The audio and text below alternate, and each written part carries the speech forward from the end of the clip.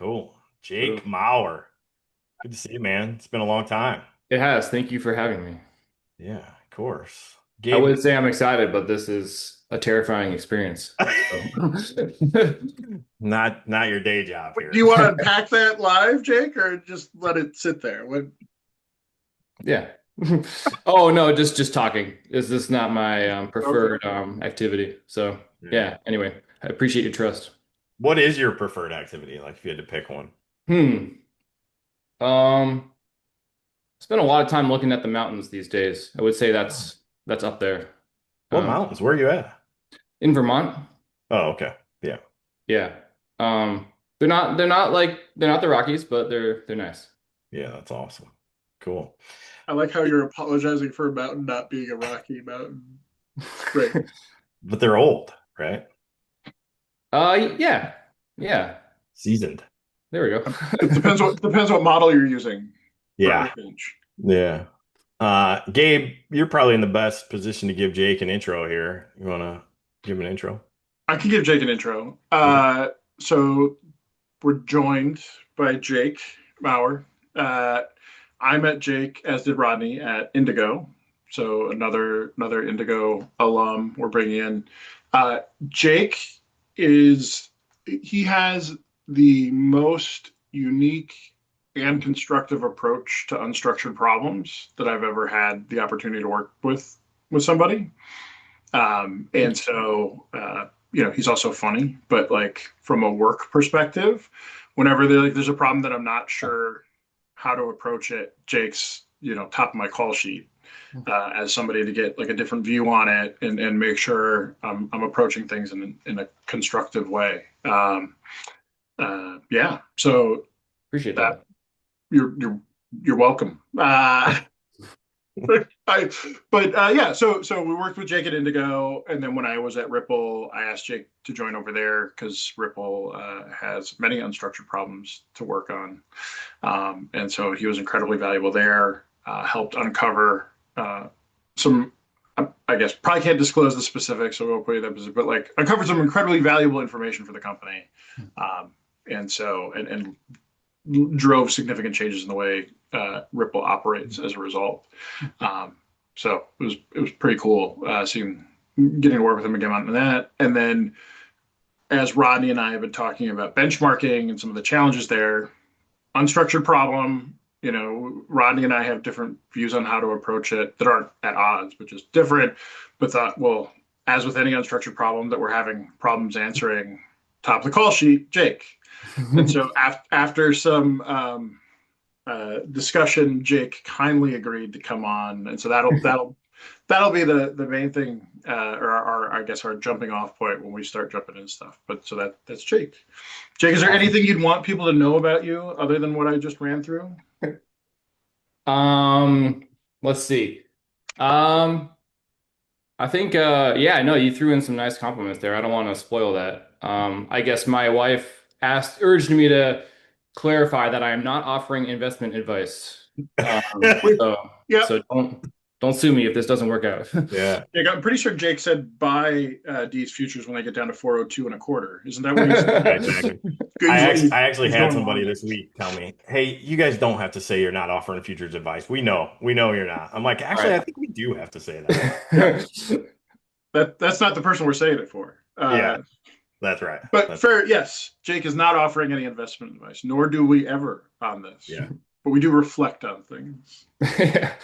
Jake still at Ripple. Yes. Yes. Probably Ripple's been in the news here as of late, so I think seems like you solved some major problems over there, right? Like things are going well on the Ripple front. Yeah. Yeah. Um, yeah. I think yeah, I think the company is heading in a great direction, and I I am a greater believer in the utility of blockchain than I was, yeah, a year ago. So Hmm. um, yeah, it's pretty cool developments for sure. Yeah, awesome. And then what do you specifically do there? I I work on varied projects, but these days I would say the focus is on on algorithmic trading activities. So where there's a role for data and models to impact how we place our trades and which trades to place, then yeah, I have a voice in that. Because ultimately, and if you shouldn't be talking about any of this, just let me know. But like ultimately in my head, I envision if I went to Ripple and made a transaction, you guys then go hedge that some other way. Is that right? Or is it direct? Yeah, broadly speaking, but yeah, I should probably Uh, get so that. so I can flesh some stuff out without putting Jake on the spot. Sure. So I mean, I think the best way to think about it is like when you're involved in crypto, like when you're an operator in the crypto space, liquidity is a critical concern, like to anything you're doing, whether that's stable coins, payments, most of the other crypto-based or blockchain-based use cases. Liquidity comes into play quite a bit.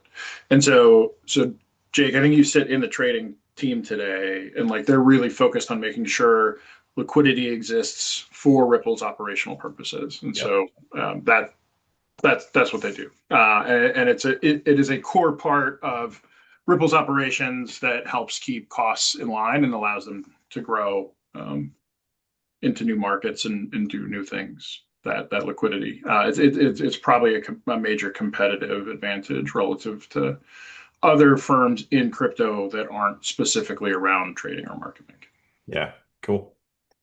Interesting, man. Well, I got to see a touch of that, I think, on the grain side, or something very similar, I would think, on the grain side at Indigo. So, one of the more exciting projects I ever worked on was the JPBs, as Jake hated to have them Oh called. yeah, I forgot about that. That was a terrible name. Yeah. The Sounds like an J amazing being name. Jake in this, which Jake was very uncomfortable with. Yeah. Yeah. Well, so I mean, when you end up developing solutions, you never want your name attached to it because no matter how long you're around, that means that if it breaks, somebody's calling you. That's why you don't want your name on things. Jake Gotcha. may be presenting like he's, oh, I'm humble and I don't want that. No, no, no, no. Jake doesn't want it. Didn't want the phone call 3 years later. So it wasn't working. So so Rodney, I'm a little disappointed you didn't notice. I changed, like my camera's looking something different now. Dude, I was gonna say something, and we did something we don't normally do. Me and you got on a little early and just like Yeah. shot whatever. Caught up on some stuff. Yeah. Yeah, and I was like, oh, I gotta mention Gabe totally changed his background or cleaned his room, and I totally forgot. So what's up? So I just moved my office around. So like I cleaned it, which I Right? probably haven't done in like a proper cleaning in like 3 or 4 years. So I did that, and when I like, and then as part of that, I just moved my desk. So same place, just different background. Although, so I've had a couple calls, and I realize every time like I haven't like done anything like I mean, it's it's not a curated ground if that's not clear. Like I the first call I was on, like there was a so there's still a bunch of junk over here. Like I think that's a bottle opener that I just Oh, haven't put anywhere. yeah. Right, go Totoro action. There's a droid, some Legos, uh, BattleTech. Anybody like BattleTech? It's a Marauder. Never got No, into it. Know what it BattleTech. is. Never got into it. That's okay. Great. Yeah. Um, How about the computer there that probably should have been thrown away, right? I assume that's an old one that That's an old one. Yeah. So I need to take these apart and blow up the hard drives. got it. That's Yep. why they're still sitting here. Is that a Um, baby bottle? it is. So it's a German baby bottle. So when I used to work at Cargill, um, we covered farmers and ranchers globally, and so one of those groups globally is in Europe, and but the volume that we did in Europe was really seasonal. So there was basically a period of about 2 months every year where they were really active in terms of where farm culturally just how they price, like it tends to be in this 2 month window.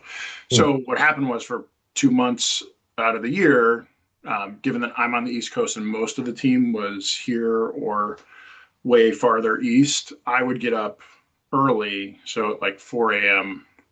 and cover the European needs. And so those guys really appreciate it. So one year they sent me a bunch of random Oktoberfest stuff. Most of it broke, but that bottle's made of plastic, so it survived. So yes, that's That's that. awesome. That was that like wheat Gabe wheat farm? Yeah, mostly wheat. Yeah.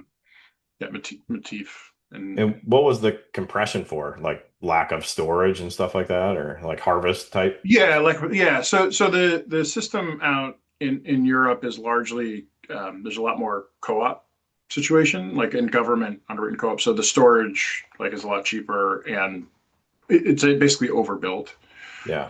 especially in Germany and France. And Hmm. so most farmers don't have storage on farm in those areas. It varies by country, but they're also the largest producers there. So Yeah. in Western Europe. Yeah. Cool. Yeah.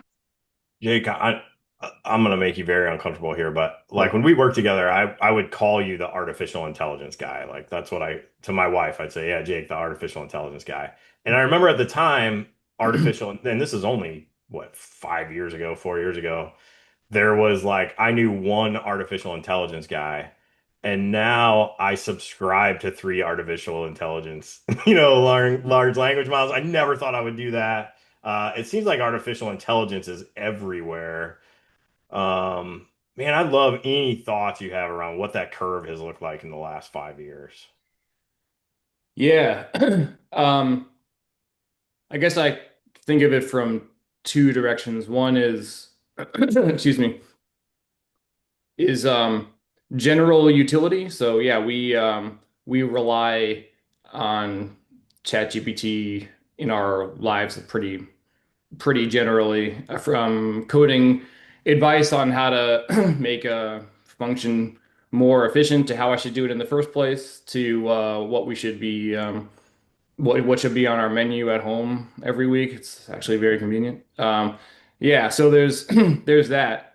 And then on the other side, it's interesting to see the problems in which it's really not that great for, and problems where there's n not a lot of data usually are in that category. So uh, if you imagine having a time series of daily data for 3 years, that's about 1,000 data points roughly. And 1,000 data points for a neural net is basically equal to zero. And so for those, it really governs which model is important. And yeah, those big LLMs, maybe there's a way to adapt them, but um, yeah, AI generally not the answer for those. Yeah. So like, what problems would you be like, I'm not gonna go to Chat GPT, or I have zero expectation of an AI being helpful with today? Yeah, for sure, those small data problems. So monthly data for sure, quarterly data, unless it goes back millions of years. Or I mean for sure that. But then uh, even if for a problem, AI or machine learning or whatever word you want to use, seemed promising, we'd always want to have an intelligent benchmark, where we are comparing that super complicated, probably black box model to just something that's easier to implement. So how much better is it than a random walk or than a linear model? And That's always a good place to start because sometimes the results are great, but the results are also great for a linear model, which is a lot better. So uh, that. Um, yeah, but I I'm entertained by your slip in there on machine learning. Like when I have conversations with folks, I said I largely feel like AI is a marketing term in most cases, and we're really just talking about certainly sophisticated machine learning, but like it's still machine learning stuff. It doesn't feel intelligent. Is that do you that's my Ronnie's asking you because you're smarter than both of us by like orders of magnitude on this. Yeah, for sure. So I'm curious, like that. My digging in like has kind of at least for this moment in time solidified that position, but I'm happy to be argued out of it if you've got a different view. I had a weirdly formative moment in high school where I was looking at our toaster This and is I still AI, saw right? what? It's still AI related, machine learning related. Sort of. Okay. So anyway, I was looking at our toaster and I saw that it had a bagel setting, and then I never really thought about it, but then upon like very light investigation, realized that the bagel setting was just you turn on the inside and not the outside. And it's like the toaster doesn't understand what a bagel is. It's just doing this Hmm. Following some relatively, instructions. yeah, it's just yeah, there's rules and it's following them. And humans, AI, and linear regression are somewhere on that spectrum. And um, there's a lot of concern that, or concern or excitement or whatever, whoever you are, that AI will get to and surpass and like crush humans in the level of um, comprehension, like fundamental understanding. I have also a mild fear that in AI getting more powerful, we're going to understand the very mechanistic nature of humanity, and that will be reduced to the bagel setting on a toaster. Um, so maybe You're that is saying not a some very of helpful answer, but Yeah. so you're saying there's a, I'm going to say, romanticized view of a human mind today, and the romance will be taken out of it as we better understand how more sophisticated AI modeling or learning driven modeling works. I think that would be an interesting outcome. Seems possible. Seems possible. Have you read The Singularity is Nearer? No, it's a. I think it's a futurist out of. Well, I say futurist. I think he's actually an AI guy out of. I think he's Google. But he, whatever. I'm not going to go do a book report. Just curious. Okay. That was the last episode. Didn't we do book reports? We did book reports last episode. Yeah. I Hello. I did The Grapes of Wrath. Uh, Rodney did Romeo and Juliet, which was like weird that he picked a play. Because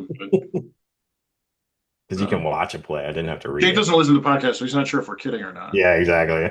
I listened to like the first half of the last one. I didn't hear the last half. Maybe did you The end book with it? reports came in Or late. No, we did not do a book report. No. Sorry. Uh, got me. um, oh, the other thing I wanted to talk about in terms of rearranging my office. So it made me feel very old because so I did it on Sunday and I put in some new shelves, which are over there. And like the boxes were relatively heavy. Like, it was 100 pounds each in terms of hauling those up the stairs and like moving all the shit around in my office.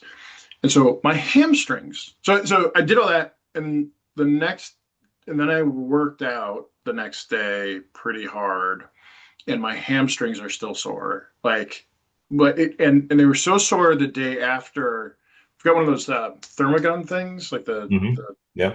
and my wife kindly was like, do you want me to use that on your hamstring? I was like, sure. It would hurt so bad I had to make her stop. Like it never been quite that bad, but yeah. So I'm still sore today, which And you think it was from moving more definitely than you definitely expect? it was, well, it was from moving and then not resting and then Yeah. working out. Like Yeah. it was just stupid. Yeah. Right, it was a dumb move, but like dumb move Gabe 10 years ago probably would have been fine. Certainly 20 years ago. Dumb Gabe at in his mid 40s, not so much. So will I do make that mistake again? Absolutely. Yeah. Absolutely. Only for the next 60 years, AI probably. would never do that, but I will. And But it's that's pretty gentle slap on the wrist. Like you didn't tear an ACL or anything. It's no. So I'm pretty paranoid about tearing like ligaments and tendons, and so and having spent years like learning to work out properly, like I've got pretty good form when it comes to like lifting heavy objects and stuff like that, and like being smart enough to know like, oh, this is not a good way to turn. I'm knock on wood, right? Like that, my arrogance and pride will come just ahead of my fall there. But like, yeah, the nightmare that I always hear about, one of my doctor friends talks about is like middle-aged men basically blowing out their Achilles tendons. Like that's a pretty common thing, is because they just start cold and then run and like don't think about it and just it's terrible. Like it sounds like a nightmare. So I work I work hard at not running, not So without significant warm up. I've been a big CrossFit guy for like 10 years. And one of the things in CrossFit is you have PRs, you keep track of PRs. So your personal record at like a million different things. So no matter what we do, I can log it and you keep track of that record. And I always tell my wife as I get older, like I'm afraid I'm never gonna hit a PR again. Like it's almost like the old thing, like you didn't know the last time you hung out with your friends on the playground was gonna be the last time you hung out with your friends on the playground. It just never happened again. I feel like that about PRs. It scares me to death. And it was just like maybe a month ago, I put up a new PR in squat, which I was really happy with. I never thought that would happen. And then I couldn't walk for like 3 days afterwards. And my wife was like, "What are you doing? Like, who are you trying to prove this to?" I don't even announce it to anybody. I don't even like it's tell it, I didn't even tell her really. Yeah. it's all ego, man. Yeah. It's not about So I've showing other like, people. yeah. Yeah. But you're right. There should be like a cost of capital where you discount, where you get like it's either like whatever, inflated or you deflate the record or whatever as time goes on. Yes, exactly. It should be inflated, maybe. Well, what I've decided is no more. I am not even going to attempt PRs in squat, deadlift, or squat, deadlift. That's it. I guess squat and deadlift. When you say PRs there, I mean, is it like single rep max? One rep max. It's just a bad idea Well, I at 40. mean, dude, even the NFL, right? For like bench and stuff, like it's 225 as many times as you can do it, right? It's not, Yeah, they don't right. do the single rep max thing. Man, that's from when you and I, that's late 90s. Like that's old. 90s were the best. So I I'm think, done. Yeah. you can come, I bet so just like the 225, like they'll tell you, like if you do 225 10 times, it's this is your max. I'm sure you can get that for other stuff. I guess I'm saying, I don't think you have to stop chasing the PR high. I think you have to do it more responsibly. Yeah, Is what that's a good call. But it's gonna be hard because I make fun of my kids when they tell me. So they're in high school and sports and stuff, and they're like, "Yeah, my max is 275," and I'm like, "Oh, cool, you did 275 today?" And they're like, "No, I did 225 18 times or whatever." And I'm like, "It just doesn't feel the same when you're 16, but at 45, I'm signed on. No more one rep max." yeah, I mean, I've had to move my Peloton workouts so that they're more along. I'm doing like hour and a half, 2 hour rides frequently now, as opposed to like high intensity 20, 30 minute rides, Right. which doesn't feel nearly as satisfying as like, man, I whatever, rode this bike at 27 miles an hour for 20 minutes. Like, Yeah, no. exactly. Yeah. We're watching the Tour de France this Mhm. month, and yeah, it's any any pride that I ever had riding a bike is just destroyed watching them go like 40 miles an hour up the Alps. Yeah, that's It's great. That's great. amazing. Yeah. Well, that's your project. You need to find a better bubble to put yourself in so you can feel better about yourself. Yeah, yeah. So thanks for having me, guys. All right. Speaking Hey, of bubbles to make Jake feel better, yeah, exactly. Hey, back to the AI type stuff, Jake. Is there things that you're surprised you find yourself using it for that it's like really useful for? Yeah, for sure, life stuff. And I mean, like, what should we like? What's a good menu for the week if after we've given it some prompting about what we want to do and like lifestyle, like medical questions. But yeah, in terms of work, um, yeah, I would say I'm trying to categorize it. Yeah. So. I don't know if it's a surprise, I guess, but it's cool. It's really good at spitting out code that implements the model suggested by different papers. Uh, and that Mhm. is fantastically helpful. Um, Well, man, because so you're saying like enter upload a paper, like a scientific paper where somebody's talking about how they might solve a problem and it spits out the code that actually does that. Yeah. yep. Hmm. Yeah. Really like an almost incomprehensible time saver. Excuse me, sorry. I think for two big reasons. For yeah, just limitations I have. In I don't have a background in the crypto space. I've been working there for a couple of years, but there's a lot I still don't know, and so that is yeah, it's very helpful to get those tips. And then also, I yeah studied I was studied science in school, was not AI, and so getting caught up um, on this the fundamentals of model building was yeah very pretty sweet. Hmm.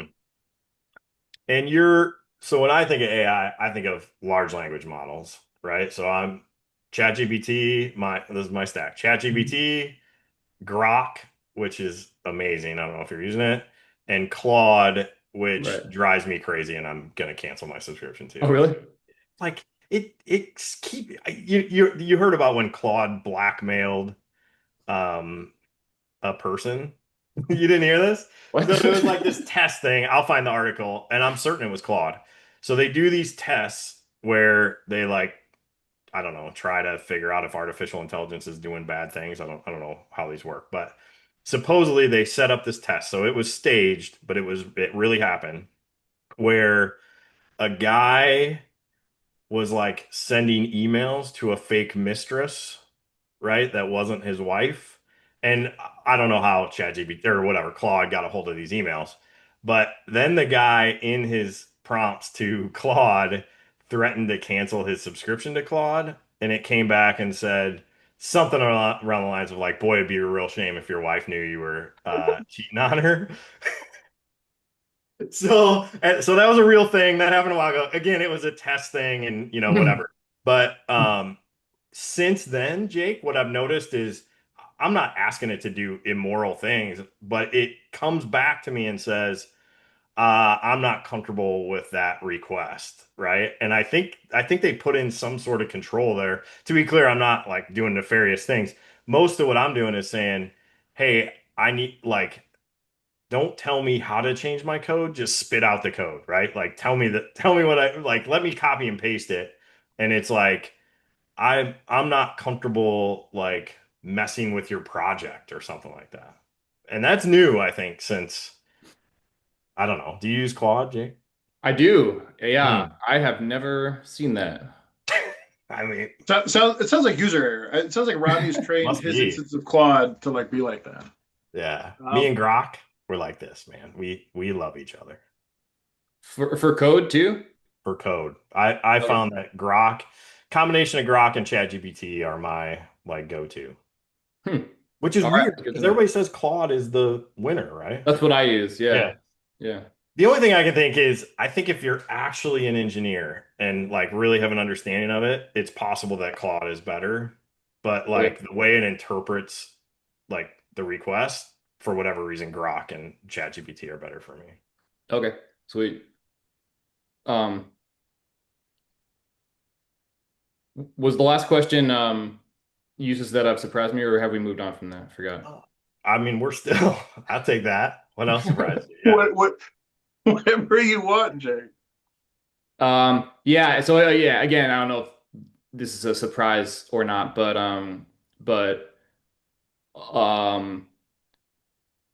another background I do not have is computer science. And so when I have algorithms to do something, it's relatively common to pass my function into one of these and get feedback about how it could be done fantastically more efficiently and wildly productive.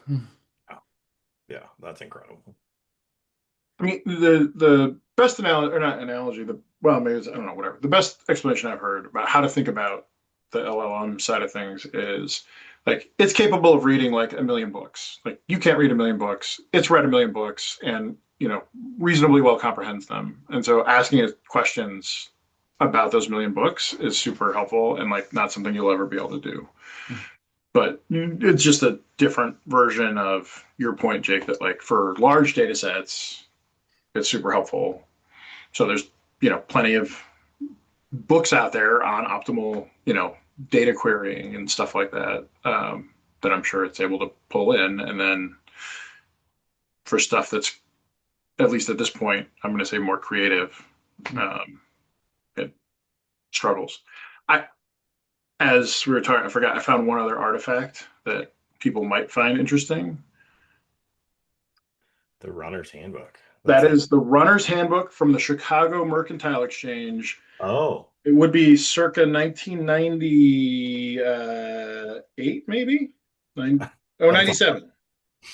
like codes to live by or what? No.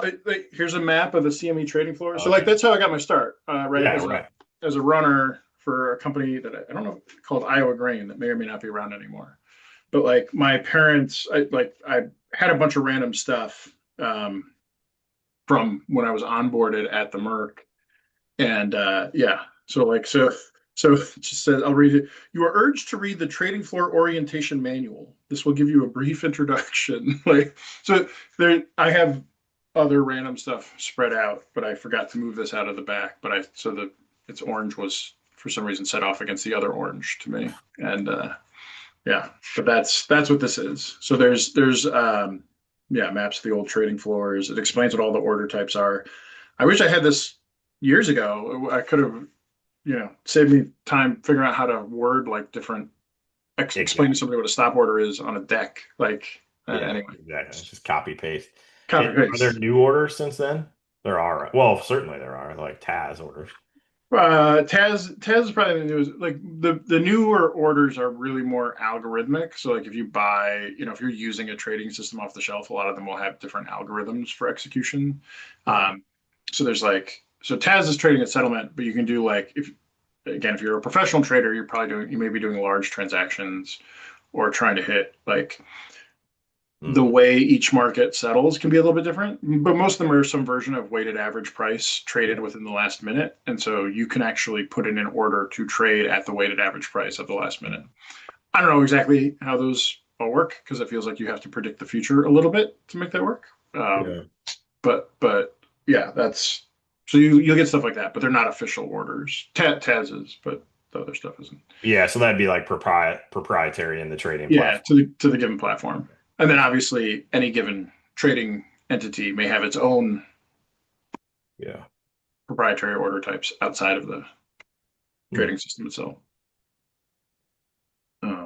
Yeah, I'm mostly limit order and market order. That's where we I we like the old Taz Akomak. operate. What's that? That's so Yeah.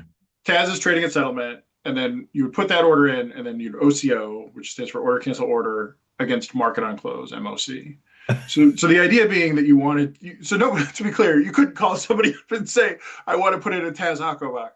Yeah. As idiots on the trading desk, that is what we would say to each other. Yeah, right. I'm going to Taz Akobach this, right? Like, but that was not it. That's not an order type. That's all. Um, yeah, and even the contingent orders, I feel like we're taken under discretion. But yeah, so at the end of the day, if you want to sell at the close, right, you want to ideally trade at the settle. If you can't do that, execute in the close. Man, if there, I love the grain industry. I know we've gone over this 1,000 times and futures and everything, but if there's one thing I hate about the grain industry, it is the code language. Like the fact that Taz Como is a Akomak. If you're gonna whatever. say it right, Exactly. Like nobody cares. It means nothing to anybody except for the four guys that know what that means. That you're drives exactly me right. insane about this business. Like the fact that, when you show up at a grain elevator anywhere in the world or anywhere in the country, there is a yellow post-it note taped to the monitor that says Z equals December, H equals March. Is the craziest thing in the world to me. It's like the most disappointing thing in the world. I don't know why that's confusing to anybody. Yeah. Yeah. I spent a year learning that. It's like, what a waste, you know? Hey Rodney, what's Feb? I'm starting to learn these. This is I G, think right? it's Oh, Jake, come on, man. did you know it? Oh, you didn't hear you. Oh, let's G. go. Is it Jake got G? it before you. It's gotta be What? G. It's G. It's It's gotta be G. G. Yeah. Yeah, so it goes alphabetical, right? But it Yep. skips letters, obviously, because there's only 12 months. Seems pretty random, where it skips? I mean, so I think it's driven by legibility concerns, but that kind of goes out the window when you look at options, which basically use almost the entire alphabet. Yeah, right. Um, yeah, I don't know, man. It's ultimately all driven by shorthand stuff. Yeah. I'm just grateful that it is alphabetical. Yeah. Yeah, Um, I all the the corn and soybean traded ones. I'm starting to learn them because of short dated options, right? That's where I'm picking these up. And then cash grain. So now when I use bar chart for my cash grain data, and they're all using essentially those same codes to, spit out to identify. mhm. So um, all right. Well, maybe we should talk to Jake about what we actually yeah, plead with him to come and talk. You want to talk a little bit about kind of, I think it's driven, well, I guess I'll give some context and then Rodney will flesh it out and Jake, you'll give us the answer. Mhm. Um, so I think one of the things that any trader struggles with is how to evaluate performance. Mhm. Because, obviously making and losing money is pretty straightforward, but what you don't want to do, so you run it, so I'll talk about it in the abstract when we think about trading stocks. So before we get into the specifics of trading grain, like I can't tell you the number of times somebody's told me like, oh, I bought whatever Nvidia and it went up and like and that was amazing, and then but it's like, oh well, let's look at what the Nasdaq did like over that period of time, Mm. right? Because like that's the benchmark that I want to know is like, is it worth my time? Am I good enough to trade individual stocks, or should I just go long the index, right? Because one of those requires a lot of research and the other one doesn't. Mm. If you've decided that you think it's smart to own equities, and so like it's not so if you made 10% on a stock trade, great, but if the index made 15, like you're terrible, right? Like you just wasted a bunch of time and you could have made 5% more return. Yeah. And so in when we look at 401ks and things like that and evaluate them, people tend to be benchmarked against an appropriate index. Um, and not only that, like there's fees and all that kind of stuff involved. When we and this I think has always been the case, unfortunately, in the grain market, it's this weird phenomenon, not weird, frustrating phenomenon where it's really difficult to think about anything other than the harvest price as a benchmark. And so I mean, with any of the managed programs we've seen over the years, regardless of how much marketing or education the group selling that managed program does, the farmer base about I don't know 89% of farmers probably look at the price at time of delivery and compare that to the price that managed That's right. program gave them, and that's the evaluation, right? So it's success or failure based on if I did nothing and sold today, would I be better off? Not an unreasonable question, but at the same time, it feels like a bad way to evaluate a system of pricing, just because it's so arbitrary and unreasonable, right? Like, um, and so we can sit here and go like, well, you should maybe look against an average or something like that. But even then, if people are able to get mentally off the idea that I should compare my sale price versus the day that I delivered it, the next default is generally the high. What was the highest price I could have sold at? Did I sell everything at the high or not? Right? It's borderline binary, right? So success is selling everything at the high, and failure is not. And like it's super emotional, completely irrational way to evaluate performance, incredibly common. And I know, and I do it myself, right? Once I'm in a position and I eventually get out, like I absolutely will go back and go, well, what's the best price I could have sold at? Boy, I'm an idiot for holding it like any time longer than that. That's right. Um, and so, Rodney, I don't know if you want to give a little more on. Just that I would say so from the futures component, I remember that, Gabe. Like it felt like that harvest benchmark was easy a lot of times, right? So like when you beat it, you usually beat it pretty well and you could, feel really proud of it. But then if on those couple years that it didn't beat it, it like got crushed really bad, right? And that was also the same time you were trying to sign up these farmers for the next year, right? So those two periods tended to be the same. So what we saw back in those days was like sign up would, if we had a good year, next year would be bigger sign up, right? And we have a good year, next year would be bigger sign up. And then we have a bad year, and all of a sudden sign up goes to like virtually zero, right? Which doesn't make sense because, over 5 years or 10 years or whatever, it's done a good job. And I'd say now, Jake, I'm running a cash grain consulting service for farmers, right? So it's mostly on the cash side of things. So futures is a component of that, right?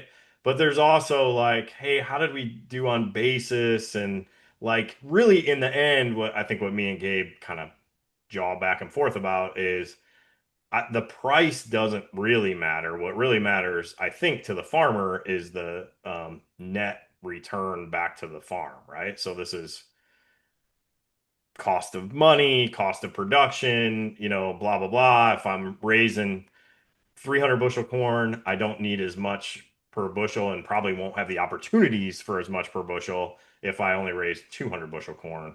So just really trying to wrap our heads around, hey, what should we actually look at? And before I move on, I'll tell you one of a guy that I learned a whole lot from that I worked with at FS. He always told me, Rodney, you're making this too complicated. It is not this complicated. He goes, take an average of the guy's cash prices from last year, and if he beats it this year, he's better, right? And that's really simple, but I don't think that's right. I don't think that's a good benchmark. So I'll stop That talking. may not be realistic. Yeah. Um, um, so there's the question of what to compare against. But something that's distracting me, I guess, is that even assuming that we had something to compare against, we would need to calculate a metric on that difference between what you got and what you like should have got. And for that metric, what's psychologically getting 50% or I should say 50 cents worse is more bad than getting 50%. I'm sorry, let me start again. Getting 50 cents worse is more bad than getting 50 cents more is good, right? The loss hurts more than the gain. That's a nicer way of saying that. So Um, so so so so so I'm just because this stuff I'm gonna so generally speaking, right? Most humans don't find the risk of a loss of 50 cents worth taking if the upside opportunity is 50 cents because they feel worse about the loss. yeah, so there's two components of that, I think, in this case. One is the psychological component, which can be um, be addressed, and then there's the. I guess I'm curious about the other part, which is the legitimate component. So for example, if input prices are, and this is the question mark after all this, if input prices are following this benchmark and you do worse than that, that's a lot worse.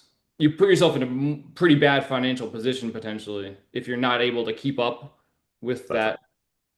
That's right. That- So yeah, can you talk about that, like what that downside risk is?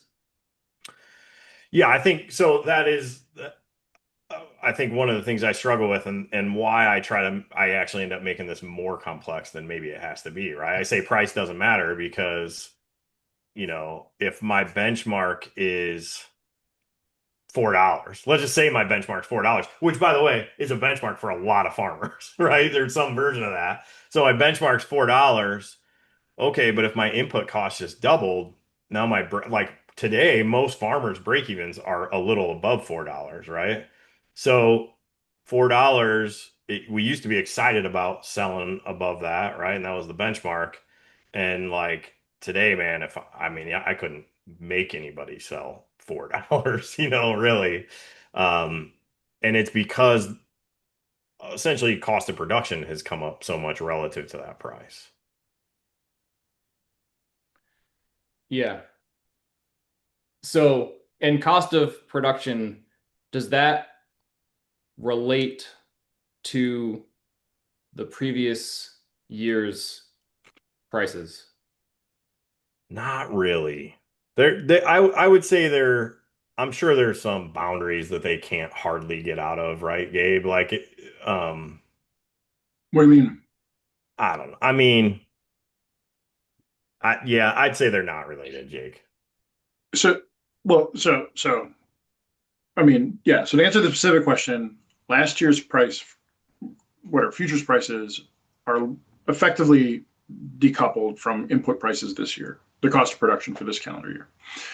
I would also go so far as to say the market does not care about cost of production numbers That's right. this year anyway. Like within so within a given year. So the market itself is not interested in what your cost of production. Actually, the market itself never really cares what your cost of production is, right? So as a business, it's not looking and going, oh, you should get this because it costs you at least that to make it. And as the business, you don't get to say, I have to charge at least this, even though it's like everybody's got the same, everybody has the same cost of production. The fact is, the moment you decide to make the crop, right, and made the investment to do it, like nobody cares what your cost of production is. The Yeah. market could care less. Was that robustly answer that question? Yeah. I just wanted to check because when I looked at it a couple years ago, it kind of, and maybe it was just the specific years I was looking at it, it did kind of look like there was some relationship, but yeah, that was not robustly analyzed. So I think over time, well, again, like I think, the words we're using matter, right? And so we're talking about whether or not the market cares about it. Cost of production, though, absolutely impacts the production side of the formula. Right. But I think, if anything, cost of production last year and earlier in this year will impact price this year, in that higher cost of production will lead to less production of that particular crop. Right. So if I've got the capacity to switch between, at least two crops, if not more, all else being equal, right? If I thought net one was more profitable, I'd switch to that. And so I think that's where cost of production comes in. Yeah, to say another way, Jake. So these guys, corn in my neck of the woods is planted in April, right? I tell farmers you're long corn for the rest of your life right now, right? So that's like where I want their headspace. But for real, in January, right? A farmer could say, I'm not planting any corn. I'm, planting all beans or planting hay or whatever.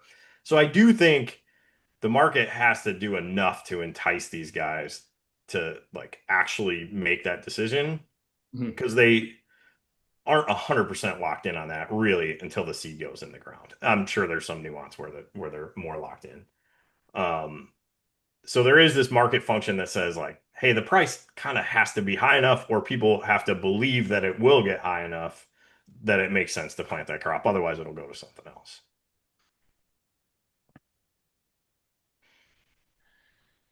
Yes. Um,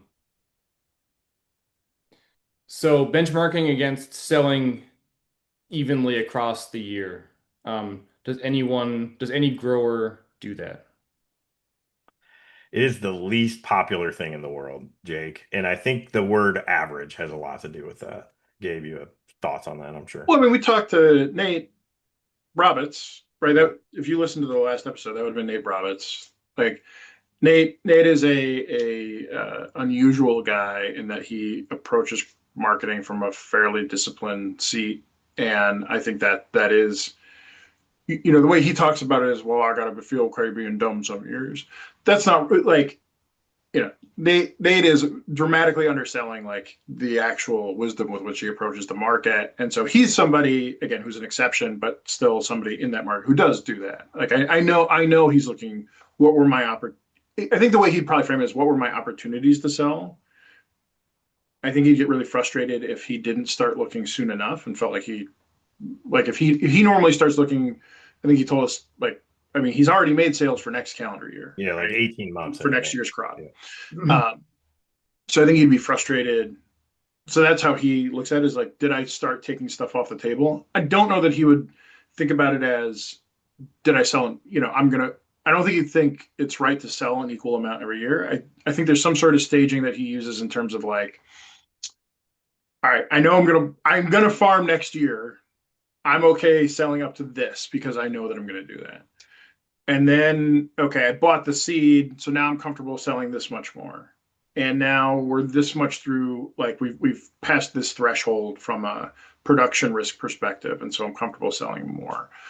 I don't. It's not quite that regimented, but I know like that it like those there are gating items that he uses as signals to start looking at selling more than he has. If that makes sense. Yeah. A couple things are coming to mind. First of all, I think one thing that I mean, in speaking of the challenges of the grain industry and the codes, and whatever, one challenge that I had when I first joined Indigo was that I didn't fully appreciate that there were two dimensions of time that people cared about. And for lack of better terminology, I just named it as the horizontal. Yeah. Please tell me if you guys have better words for this.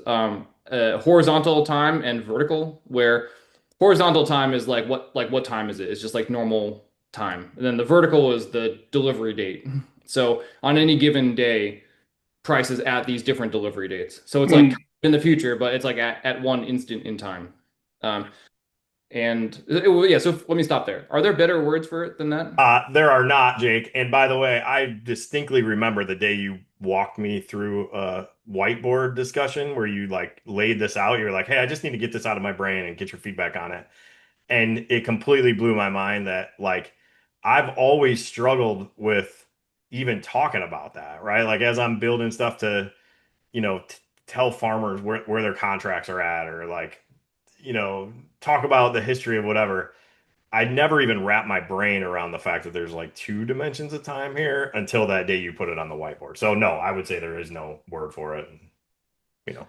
Cool. Yeah, it kind of comes up because even I guess to take this naive benchmark of selling equally every day, it's like the question of okay, on any given day, what are you doing? Like selling where or when? Selling for when? Yeah, exactly. So I remember Rodney, you had cool calculators for like on any given day, what what delivery window is best given everything that's going on. And so yeah, maybe instead of like where the super naive want to sell at the current delivery every day, if that even makes sense given the time of year. Yeah, selling at the best. And that's one level up.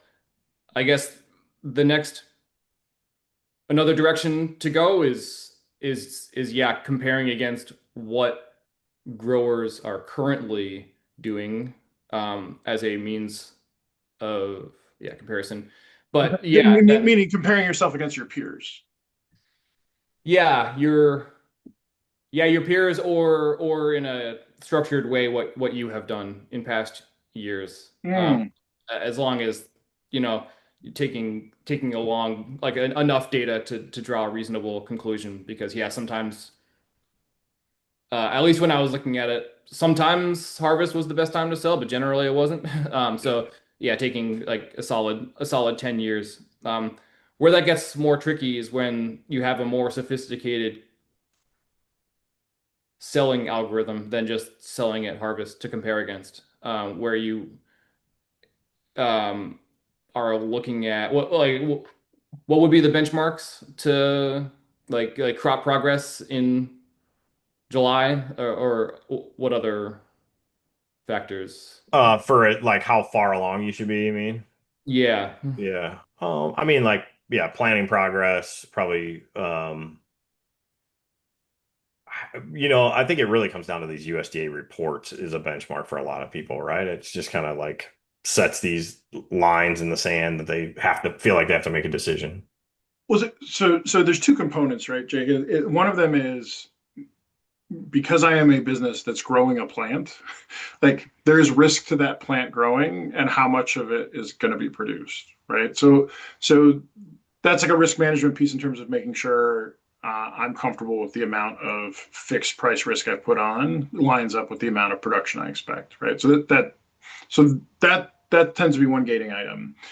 The other thing is most commodity markets, including corn, like there's not a model that tells you what the value of corn should be, right? Like that doesn't exist. And so everything is, you know, delta based, right? So it's like a new piece of information. How much did that, so the market drifts somewhere based on a general understanding of current conditions. And then a USDA report adds in a very heavily weighted additional piece of information, right? And so then on a relative basis, it will drive action. And and I, Ronnie, you call it the USDA stuff. I feel like what we see is the USDA reports will drive action either leading into a report because people are worried that something's going to happen, or something significant happens on the other side. Very rarely have I seen like a USDA report that came out as expected and suddenly everybody did something. No, yeah, that's true. Yeah. Right. So if it's like as expected and market changes in line with any other day, nobody does anything. Even though that was a significant moment that information was added, it was just confirmational information and it doesn't drive action. Um, which I just think is notable in terms of trying to consider like you're saying, what are the decision points? So I mean, I guess my position would be large moments of market volatility are the actual either expected or experienced volatility tend to drive decisions Yeah. outside of the if somebody's super disciplined and like doing it based on planning progress or plant progress. The other thing I'd say, Jake, that's really annoying about grain marketing is what we really need is a benchmark that applies today, right? Like it's hard to say, it's hard to make a benchmark. Well, it's hard to make a decision around a benchmark that's going to happen in the future, right? So like right now, 100% the benchmark that a lot of people are going to compare themselves to is what's the price of corn the day they're hauling, right? But that doesn't really help you make a decision Today. today when that price isn't going to come for 4 months, right? It's like irrelevant, kind of. Yeah, yeah. Just one thing we worked on back in the day is coming to mind, which is a not so much a price forecast as a price uncertainty forecast.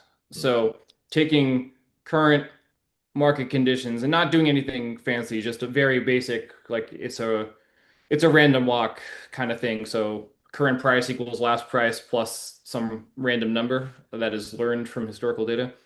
And so projecting forward from the current price, what's the 5 or 10% lowest outcome, and are you okay with that? Mm. Um, so understanding, yeah, what kind of range the price can go in. So in those in those kind of basic models, the what's called the expected path is really not the one that's expected. It's just the average, which is probably just flat. And any particular price is going to be far more dynamic than that. But yeah, that's So a model like that though, Jake, is it gonna take into account is it always are we always gonna be at the midpoint, right? So one way I think about this, Gabe, is you could maybe take options values and say, hey, the market thinks that we could go up or down this much over time, right? I'd Mm-hmm. imagine that's a calculation you could do. The problem is a month later when we when we rerun that calculation, like Mm-hmm. today is always going to be the center point, Mm-hmm. right? Is that the case with like a model you're talking about here, Jake, or does it allow for him at the higher end of this like possible range? it does. Hmm. Yeah. So a random walk, you're always at the center, as you're saying. For the next layer of complexity more than that, if you have a auto regressive model where instead of the current price being equal to the last price plus a random number, it's equal to a weighted sum of the last couple prices, where those weights are finely tuned in the model. Um, but if you do that, then that allows for deviations from a mean. So if you look at the forecast instead of just being like a flat line, it's like generally like like a kind of go, asymptotically goes toward that straight line and then maintains the straight line. So it allows Right. for like deviations away from a more short-term mean. Yeah. Got it. So, but I guess let's back it up a little bit in terms of like if our core goal is to be considering like, okay, what's a good benchmark, right? And then so Rodney, you were saying one of the problems with the normal benchmarks people use are it's I'm going to benchmark myself in the future based again, and so trying to drive a decision today, whether or not that is to sell or not, but equip somebody so they feel like they're making that decision from a sound foundation as opposed to trying to play a guess game about whether or not we're going to make a new high between now and when I drop the grain off. And so Jake, you're saying, well, look, you could put in place a model that shows you here's the distribution of prices. Are you comfortable on the low end? Back to your original question, does losing 50 cents, are you comfortable with the loss of 50 as you are with a potential gain of 50? Like, are you okay with that? And so equipping somebody to take a look at the market and put a more, I'm going to say, like, model driven approach to understanding what that range of risk might be, as opposed to earlier, this is only episode or whatever, 7 or 8 of the podcast. So Rodney and I are talking about this 2, 3 months ago, where corn was above 425 and like seemed to kind of be bouncing around, and folks had a mentally convenient floor price of, oh, it can't go below 425. Nobody was using a model to say it can't go below 425. No. Right? They were just like, I can't Um, go before yeah. 425. Sure enough, went below 425. And we've gone back up and back down since then and around. But like, um, is what you're saying, Jake? Like, if you want to make a decision about is today a good day to price, some way arming yourself to have are you saying like the first thing you might do is try to arm yourself to have a view of like what is actually at risk looking forward? Yeah, yeah. I have it's Jake monologue time. Get ready. All right. Um, so yeah, when you first started talking, Gabe, I was thinking that there's two um almost unrelated points. There's one is what's a good benchmark. The second, I mean, sorry, what's a good benchmark for sales across the whole season? And then question number two, should I sell today? It's like they're they're similar, but they just, yeah, just like kind of felt Yeah. different. So with regard to the should I sell today, yeah, the that one forward-looking approach, I suppose, is, yeah, looking at the price uncertainty and seeing if you're comfortable with the tails of that distribution. Um, but another way to unite the two things is to, and I've obviously I acknowledge this is very challenging to do, but to go in with a rigid set of rules so that you know what to do on any given day, and the connection between, yeah, what should I sell today or not, and what's a good benchmark, it kind of gets united once that set of rules is established. And so the way that I would approach that, um, in general, when we're building models of anything, we're trying to understand the relationship between X and Y, or where X might be many features and Y is the thing we care about, um, is to mess around and do exploration on a particular time window. So like train the model on some number of years or some periods, or however you want to set it up. And then and then Yeah, and so yeah, use that to figure out the parameters of the model. Like I'm selling this amount by July or whatever other Mhm. rules. And then ignore that, but ignore the results, but take all of the model parameters and then apply it to a time window that the model did not see. And so uh, how well does the model do? It's called out of sample on data that it did not see when figuring out the parameters. So anyone can make a good model that works well on the data that it's trained on. It's called overfitting, and you get results that make you really proud of yourself. But yeah, the question is really how does it do on that other out of sample data? Um, and so the nice thing about having that kind of approach is that you know what you're supposed to do, and if it doesn't go right, you know that you're going to end up ahead in the long term. Um, but yeah, it can be psychologically very, very challenging, of course, as I've heard you guys discuss at length. Yeah, and analog years are a problem here, I think, in the industry. So, what happens is people say, "Oh man, this year's just like 2022," right? And it's like that model just gets thrown out the window because it doesn't matter what, anything else is. This is 2022. That's just another, potential issue here. That like I would think I just tell you myself, if I built this model, if I could do what you're saying and I built this model, stage two for me would like it would take everything in my body not to be like stage two is, oh, this year's just like 2022, right? And it feels like that's exactly what you shouldn't do. Is that right? Yeah, so um, I guess two answers. I mean, without making it wildly complicated, because we're trying to keep it trying to yeah not do that. Uh, the appropriate model would take into account what is shared between 2022 and now. So if it's just like 2022, there would ideally be a feature in the model that captured the similarity between those 2 years. And so you'd kind of control for that. And I had a second point that no longer exists.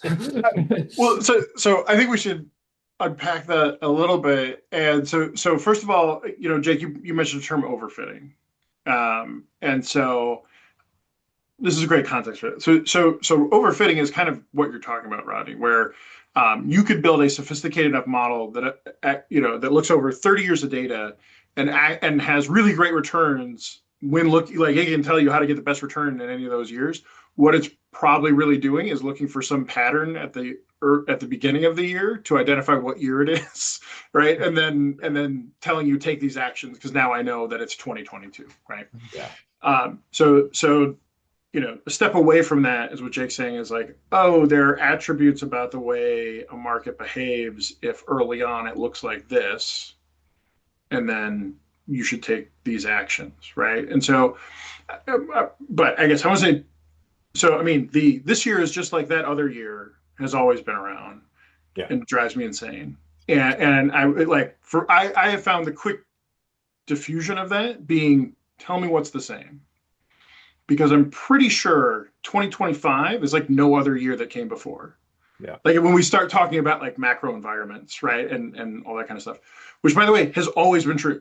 Like 2019 was like no year before it. 2007 was like no year before it. 2003 was like no year before it. Yeah. Right. And so as humans, right, we look for these patterns. And so when market behaviors, and the reality is there's like, some archetypal trends that the grain markets follow, right? For Like sure. the price trends up heading into July and then comes off into harvest. Like that's a super common trend. Also, market, you know, sits kind of still and then suddenly jumps up because like there's a production concern and then it keeps going. Like we see those things. And so it's really easy to go, oh, it looks like it's behaving this other way. Like one, it's that classic mistake where we apply human attributes and emotions to a market, which doesn't care at all about that. I love And that. and, and secondly, like trying to make like it's really easy as human for one picture to look like another. Like that's like we're built to do that. Like to find pictures that look similar. And so like I said, if presented with that, that conversation generally ends pretty quickly if you start asking specifics around talking to me about why it's that, other than this picture you saw, which is kind of like that picture you saw. Because the answer is never. Right. Like they're never the same. Yeah. Even if the outcomes may be the same, using that as your modeling process is a bad process. Yeah. Uh, um, so there's all that. So hit on overfitting, we hit on like really overly simplified heuristics with, or modeling, which would be this year looks like that year. And I think going back to what Jake hit on, ideally what you would identify, and it's a shame Cello's not here because he actually has a big focus on this, right? Is like here are these here are these macro trends that happen in markets, and then he's got a set of models that look really heavily at momentum. So meaning like directionally, which way is the market going, and how far is that off of normal behavior for that time of year, as well as he does have times where he's using market volatility, implied volatility, right? Which is the market telling you, here's what I think the risk looks like ahead. Is it calm? Is it violent? Like what are we looking for? And so obviously most of us as individuals don't have the capacity that Cello does, like to build that out. But going back to benchmarking, right? Even Cello, who has those really sophisticated models, he's trying to hit an average price, right? He feels really good when he's within 2% of the average, right? Like high five, as he should, right? High fives all around. His focus is on recognition of the efficiency I would say the cost of decision making, right? Like we don't want to make a decision every second on whether or not we should be selling grain. That's Like right. that's a That's right. terrible way to live. That's right. Like, Yeah. Oh my God. and so I think that's also probably you asked it, but I didn't hear the connect the dots. But I think the implication there is like, look, it's all well and good to have a benchmark that's an average. It's also unrealistic that I'm going to sell, 827 bushels a day or whatever, right? Like I'm not going to behave in that way. So that doesn't make sense. Like, that's an unrealistic benchmark too. And so I think part of it is trying to figure out like what what is reasonable to expect from myself. I think that's really what we're trying to get at is like as an individual running a massive business who's got 8 billion other things going on and dealing like with this market price component, which is a huge part of my success or failure in a And given I year. don't know what the hell Z stands for, right? Like, Like, like, how do I know that like I'm doing a good job at this? Because I could be following the best process in the world and still end up with a loss at the end of the year. And yeah. I think that's probably the most frustrating piece, right? And so I need something else to tell me that like, no, no, no, I was making the right decisions and that's going to work. If I'm at this for 3 years, 5 years, 10 years, 20 years, I am going to be better off following this. That Yeah, I agree. And I'll tell you, Gabe, listening to you say that makes me think, God, we just spent an hour talking about how to make ourselves feel better when we do a bad job. But that's not it. That's not what we're actually looking for. What I'm trying to do is protect myself from reacting in the wrong way, right? Because I had a good process that didn't pan out this year, right? That's actually what I'm trying to protect from is like, hey, I didn't hit the benchmark this year. That doesn't mean I should change the way I'm doing anything necessarily, right? It might not mean that. so Jake, just solve that problem and we'll be good. Yeah, that'd be amazing. What would you do? So let's pretend like something you found yourself, whatever you were hired on. You are going to get paid based on your performance on the marketing side, um, and you can choose the average as a benchmark, or you can make up a benchmark that we'd have to agree to, and that's how you get paid. What would you?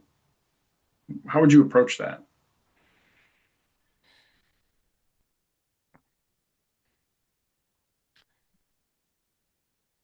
I would think long and hard.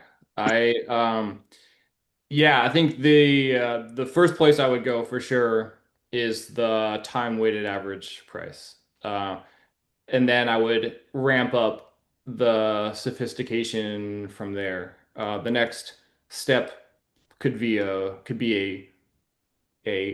volume weighted average price. So when Let's go back to time weighted average price. What do you mean by that? take the full window in which it's realistic to make a decision over pricing and sell an even amount each Each day? microsecond. Oh, Yeah. per second. Okay. So down to the Yeah, smallest it would increment. Yeah, dictate. no, that's fine. Yeah. So down to the smallest increment you could make sales, and so just a straight time-based average price.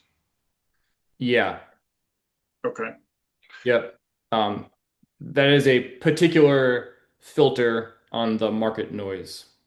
Um, Hmm. and then instead of the time weighted average, the volume weighted average. So instead of weighting each, say, day equally, in terms of volume that I'm selling, I will have, and this is a backward looking metric. It's as if I had sold some percentage, some fixed percentage of the amount sold on that day, so that the amount that I'm selling on any given day, the distribution looks exactly like the distribution that everyone has sold across the season. So on that one specifically, right? So let me try to think of a simple example of that. So I guess basically you're saying if we for that you kind of have to take a conceit that X number of bushels are going to be sold over the course of a year by everybody. And so if suddenly today people sell 10% of that entire, so they sell 10 bushels, everybody sells 10 bushels. So you see this big volume pop. Mhm. You would you'd be looking at the end of the day, looking over the course of that day and saying, oh man, like people sold a lot today. So at the very end of the day, you're going to get yourself in line with that. Or would you do it the next day? I was I was thinking of this as a benchmark for the policy that I am following, Mm, whatever that is. okay. Um, Okay. Yeah. Yeah. Okay. Yeah. Mm. uh, So that's the benchmark you're saying. Okay, great. That's the way to gather the peer data, you're saying. yeah, Okay. yes, Okay. So I can see what everybody else did. I'm going to make decisions potentially differently than that still. yeah, yeah. Um, and so going back to the to like the model in sample out of sample conversation, you could look and say like, what happens if over the last 10 years you do that? You to take the 10 bushel example, to if you what happens if you don't know like at the start of the day what people are going to sell throughout the day. So like let's say you the next day you sell that 10 bushel. How does that end up working out? Is that good? Like maybe that ends up being bad because there's a depression in prices and you kind of get hit. So you can as a testable thing. Um, a another extension of that is that we've been this TWAP, the time weighted average, or the VWAP, the volume, is all in that horizontal dimension of time. And there's the vertical. And so instead of selling maybe I mean, again, if that makes sense at the given time of year, the current delivery window, if it's optimized to sell at the most advantageous delivery window, considering carry cost and cost of capital and everything.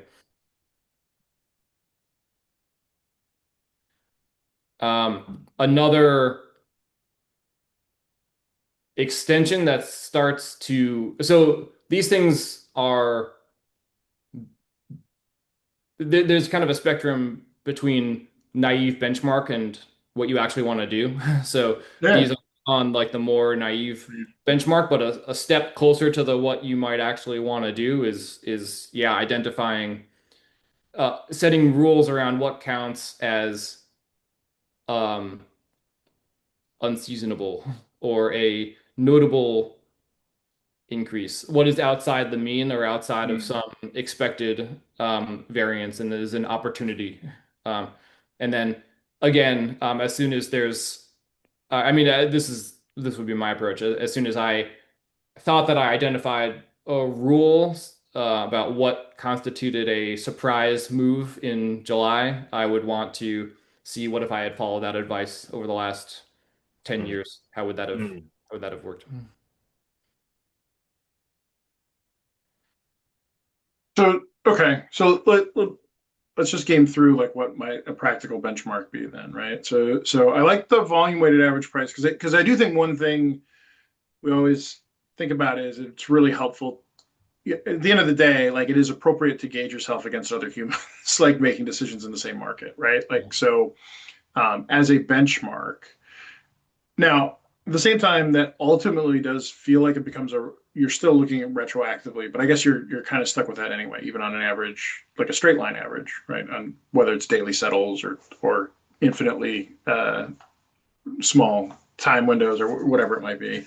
Um, but that feels like because that should take into account the big moments when a lot of people jumped on and made a decision, right? So whether or not you did, like it tells you that that was a time, and so it may also give you moments. Like the reality is that those days are again generally tied to volatility one way or another, like more experienced volatility or expected volatility, and you're probably making a decision then right now, like most folks are, right? That's a compelling one to me. Hey, would you constrain it to like commitment of traders? Like, would you constrain it to the industry itself? No, I would look at the traded volume.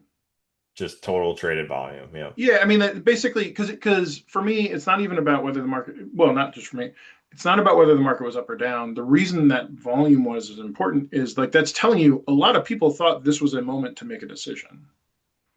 And so as a capitalist, as we talked about, right, one of the things I look to inform me is like what does the market say about something?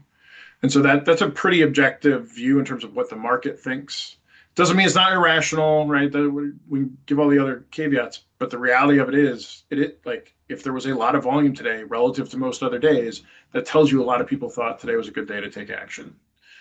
And so, like it is appropriate then to hold me accountable for choosing to or not take action today, right? Where the default would be, oh, Mm. 10 times more people than normal made it as took it sold today whatever took action, and so I did as well. Great, I'm in line with the benchmark. I didn't, so I made a decision out of line with benchmark. Fine, right? Like it's not that's not that it's right or wrong, but that starts to tell you the story of whether or not you behaving outside of benchmark makes sense, right? That's the other piece of this is like so fine. People don't like average because of the whatever connotations and everything else. But like the other implication there is like, well, I'm not going to sell the average. It must be because I can beat the average, Yeah, exactly. Right. right? So if I'm making a decision outside of benchmark, that's got the only reason to do that is because I think I can beat benchmark, and some people can, but very few people, if you have a quantitatively driven benchmark, can beat it consistently in markets, especially when accounting for cost, right? Whether it's transaction cost or time you spent thinking about the decision, right? Because if I didn't make the decision because I was busy doing something else, that's not an excuse, right? Like Yeah, for poor performance. that's right. So I think another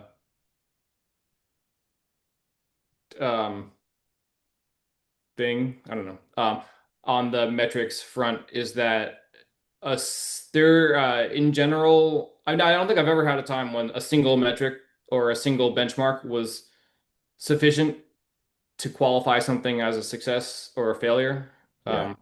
When we're designing trading algorithms, there's the mean return, and if it's like big, like good for you. But if it's big, but the variance or the volatility is higher, then like maybe you actually don't want to pursue that. Or if the ratio of the mean to the variance of the return is high, so the mean is a lot higher than the variance, but there's a huge drawdown period in the back test, so you end up losing money for like a while before you make it back again. Like maybe you don't want to do that. So point being, I think there's something to be learned from picking as many benchmarks as possible because it's possible that while comparing against the ones that make the most sense, you learn the most, but then there's something surprising that comes out of just comparing to the December whatever harvest price that is informative sometimes also that might point or pick out something informative about your particular approach. I was call it, there are also like when you model those things, sometimes what people will do is put a higher cost of the money. Like so if there's like a big drawdown and that's a painful thing for you, right? To have, in our world, having a big margin call for an extended period of time. Even though your cost of money might be 7%, you might put the cost of money in that scenario at 14, right? To account for in some like easy to handle way, but also material way that tells you that that's a painful event, Mhm. Yeah. right? Because there can be initially hidden costs to having a bunch of debt outstanding unintentionally, or for a longer period of time, not unintentionally, but so there are ways to think about that. So I bring that up, Ryan, because I know you're working on a specific view, like trying to create a specific view, the clear view, right? Trademark TN. Yeah, TM, Actually, TM, TM, trademark. TM, TM. Yeah. Uh, on these things, and so like that might be, that's a layer deeper, obviously, because like what you're doing is using straight line stuff, but like having those conversations around like, hey, what is pain? Like, is it painful for you? Like, is it things that might help people make decisions about, yeah, this is a profit. Going back to Ronnie always talks about at the end of the day, if you can get somebody to make a sale that's a profitable sale for the business, that was probably a good sale. It probably wasn't the best sale you could ever make, almost certainly not, but it was like a good decision. And so anything we can do to help people frame up decisions to empower them to make profitable decisions for the business, as opposed to focusing on the best decision possible, um, as which is ultimately a false hurdle. Yeah. Um, like that's what we're trying to get at. So I think if we just take this recording, dump it into Chat GPT, That'd be Jake, good. I'm Let's pretty try sure I that. heard Jake say it'll just spit out a model that works for you. Yeah. But I will say what I heard here is the average of the window of opportunity that we had feels like a good starting point. And we can add some complexity around volume and, every single tick or whatever. But average, I like where we should sit here. Is that right, Jake? Yeah, and then there's the question of the weights on the average. So there's equal weighting. So if you want to weight each second, each tick evenly. But then there's the volume weighting where you weight each, period according to the traded volume. Uh, Yeah. And that's the benchmark. That's a benchmark, right? That we could potentially look at. And then, so back to, okay, now I need to make a decision, right? Would it be a reasonable thing to say, hey, I've got this model that's like moving forward over time, right? I imagine it as like a line chart that's going up or down. And like, hey, today we're above that line, right? The current price is above that line, and maybe it's a profitable sale. I should feel really confident in making a sale like that, right? yeah, yeah. Um, so I'm not a big trader. I have a lot of faith in Vanguard. But I did, long story short, just trade something where I had acquired it, price plummeted for a while because I'm not a trader.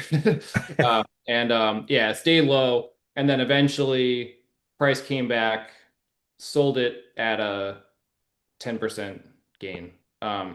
And I say that because I'm proud of myself and I want everyone in the world to know that. 10%, But man. That's good I just wanted to return. slide that into the conversation. Yeah. Um, but um, but more relevantly, that if and Rodney, I think you've talked about this, and I'm just it's kind of slowly coming back. The If you have a profit target, say um, you expect to make whatever return on your invested capital for the year, which translates into some revenue per acre, or however that translates to in the end, Yep. price per bushel. Yep. Um, would it have been? I just thinking like another good benchmark is would it have been possible to achieve that target? Like if you had jumped on it, could Hmm. you have hit it? Yeah, right. Yeah, exactly. And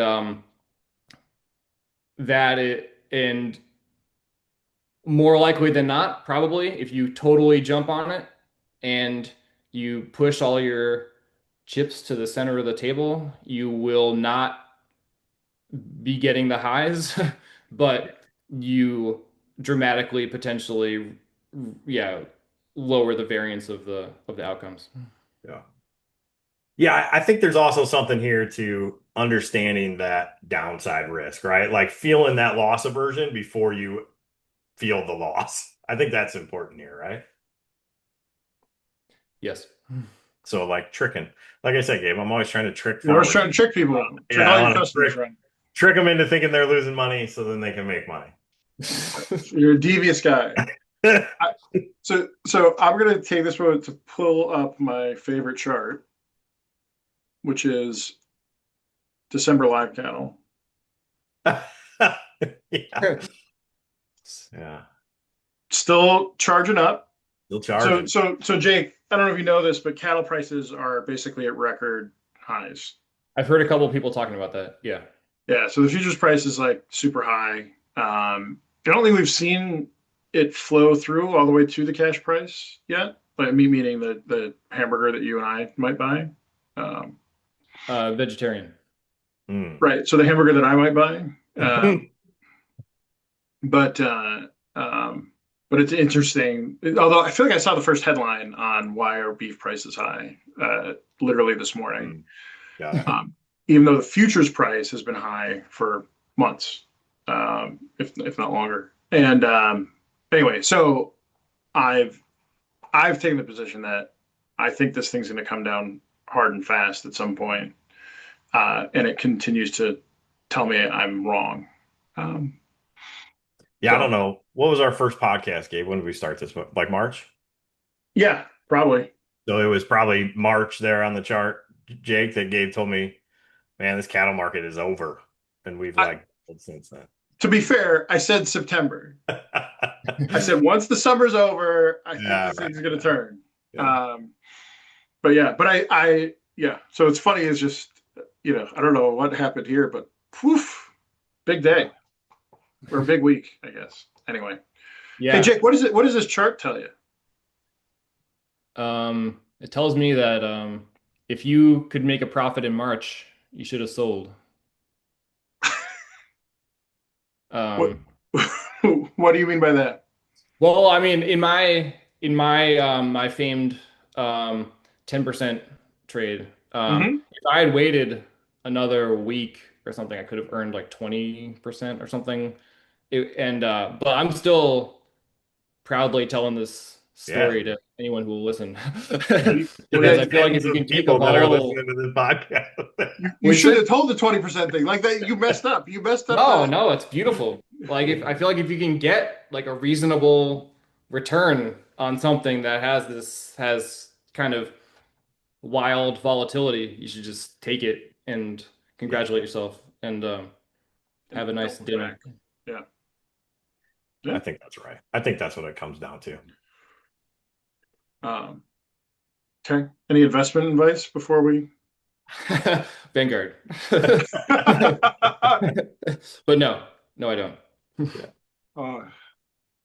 uh, Rodney, anything else you want to bug poor Jake? Man, I just want to thank you, Jake, for coming on here. I know we rambled through a lot of different options here, but I really do think this helps people, one, maybe feel better about their own struggles that they have with grain marketing, which is really, really hard, right? And the Yeah. decisions associated with that. And two, really framing up a reasonable way to look at benchmarks of your operation, right? So I hope somebody that listened to this, you know, we'll take some nuggets of it and say, yeah, maybe I should think about marketing in this way and compare myself that way rather than the day they're delivering, the truckload of corn. The worst part is now these grain elevators literally have the price next to the scale, right? So like you have to see the price of corn. You can't just blind yourself to it the day you're delivering. That sucks.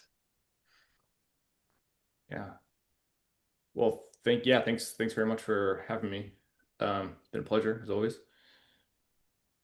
Thanks, Jake. Yeah. All right. Anything you want to plug, Jake? Got any, do you have a alt rock band that you're lead singer for, or? Just come to the great state of Vermont. It's a nice place. It's a little chilly in the winter, but right now it's delightful. Yeah, nice. All right. Home Cool. Ben and Jerry's and Jake. Yeah. All All right. right. See Thanks, ya. guys. Good to see you. See ya.